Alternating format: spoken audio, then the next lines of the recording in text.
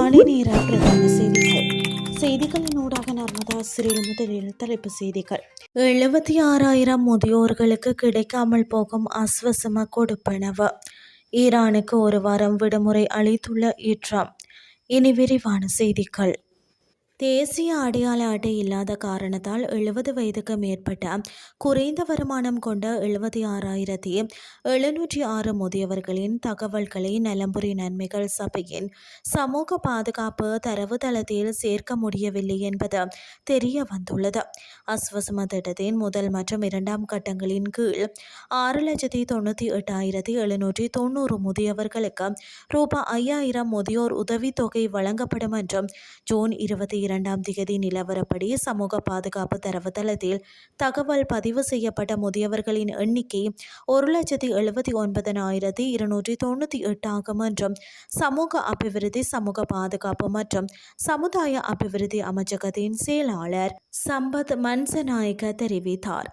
முதியோர் உதவி தொகை பெறும் 2,32,496 முதியவர்களுக்கு உதவி அஞ்சல் அலுவலகங்கள் மூலம் உரிய உதவித்தொகை வழங்கப்படும் என்றும் அவர் கூறினார். அவர்களிடம் தேசிய அடையாள அட்டை இல்லாததால் சமூக பாதுகாப்பு தரவுத்தளத்தில் உரிய தகவல்களை உள்ளிட முடியவில்லை என்றும் முதியவர்களுக்கு அதை வழங்குவதற்கு எடுக்கப்பட வேண்டிய நடவடிக்கைகள் குறித்து ஆட்பதிவு திணைக்களம் தெரிவித்துள்ளது என்றும் செயலாளர் குறிப்பிட்டார்.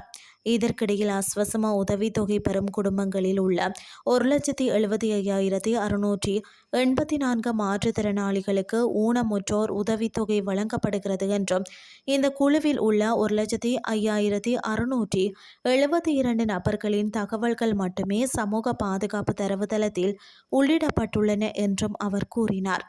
அதன்படி சம்பந்தப்பட்ட மாற்றுத்திறனாளிகள் பதிவு செய்யப்படாதது, தேசிய அடையாள அட்டை இல்லாதது மற்றும் கணனி அமைப்பில் உள்ள உள்பிழைகள் காரணமாக குறைந்த வருமானம் கொண்ட குடும்பங்களில் உள்ள மாற்றுத்திறனாளிகளின் தரவுகளை சமூக பாதுகாப்பு தரவுத்தளத்தில் சேர்ப்பதில் சிக்கலான சூழ்நிலைகள் ஏற்பட்டுள்ளன என்றும் செயலாளர் தெரிவித்தார். குறைந்த வருமானம் கொண்ட குடும்பங்களை சேர்ந்த 53,013 பேர் சிறுநீரக நோய் உதவித்தொகையை பெற்று வருவதாகவும் அவர்களில் 27,407 பேர் மட்டும் ஜூன் 22 நிலவரப்படி சமூக பாதுகாப்பு தரவுத்தளத்தில் தங்கள் தகவல்களை பதிவு செய்துள்ளதாகவும் அவர் கூறினார். நோயாளி பதிவு செய்யப்படாதது, தேசிய அடையாள அட்டை இல்லாதது, கணனி அமைப்பில் ஏற்பட்ட தொழில்நுட்ப பிழைகள் மற்றும் மருத்துவ பதிவுகளை பெறுவதில் ஏற்பட்ட தாமதங்கள் ஆகியவையே அவர்களின் தரவுகள் சமூக பாதுகாப்பு தரவுத்தளத்தில் சேர்க்கப்பட்டதற்கு காரணங்கள் என்றும் அவர் குறிப்பிட்டார். சமீபத்தில் அரசாங்க தகவல் திணைக்களத்தில் நடைபெற்ற ஊடக சந்திப்பில் செயலாளர் இதை தெரிவித்தார். இனி வெளிநாட்டு செய்திகள். கொல்லப்பட்ட ஈரானிய ஆன்மீக தலைவர் அயதுல்லா அலி கமேனியின் இறுதி சடங்கிற்காக ஈரானுக்கு ஒரு வாரம் விடுமுறை வழங்கியுள்ளதாக அமெரிக்க ஜனாதிபதி டொனால்ட் ட்ரம்ப் தெரிவித்துள்ளார். அமெரிக்காவின் 250வது சுதந்திர நாளான இன்று கமேனியின் இறுதி சடங்குகளை ஈரான் அரசு தொடங்கியிருப்பது சர்வதேச அளவில் கவனம் பெற்றுள்ளது. மேலும் கமேனியின் உடலுக்கு அஞ்சலி செலுத்த லட்சக்கணக்கான ஈரானிய மக்கள் மற்றும் பல்வேறு நாடுகளின் தலைவர்களும் தெஹ்ரானில் திரண்டுள்ளனர்.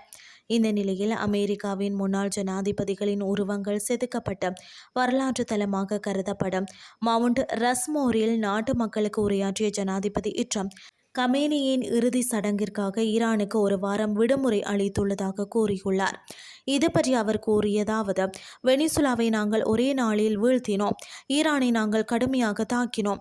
அவர்கள் ஒரு ஒப்பந்தத்திற்கு துடித்து கொண்டிருக்கிறார்கள். அவர்கள் எப்படியாவது சமரசம் செய்து கொள்ள விரும்புகிறார்கள். நாங்கள் நல்லவர்கள் என்பதால் இறுதி சடங்கிற்கு நாங்கள் ஒரு வாரம் கொடுத்துள்ளோம் என்றார்.